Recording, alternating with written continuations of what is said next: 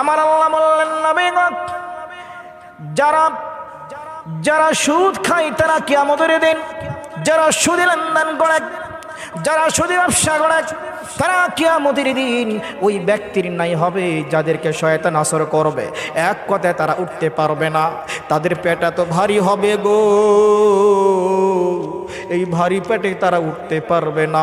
এই ভারী পেটে তারা খালি মাতাল হয়ে যাবে, মাতাল হয়ে যাবে, চিত হয়ে পড়ে যাবে, আবার উঠতে চাবে রে ভাই, আবার পড়ে যাবে, আবার উঠতে চাবে।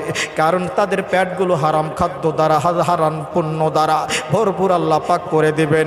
এই জন্য করে বলি গো, আমার আল্লাহ রব্বুল আলামিন বলে, বান্দারে আমি হইলাম তোমার সৃষ্টিকর্তা। কথা বলেন সভাপতি সাহেব, সত্য না মিথ্যা বলেছি? আল্লাহ বলে, নবী গো, আমি আল্লাহ বান্দাদের সৃষ্টি করেছি, আমি আল্লাহ বান্দাদেরকে রিজিক দান করব, কারণ আমি বান্দা রিজিক দিব।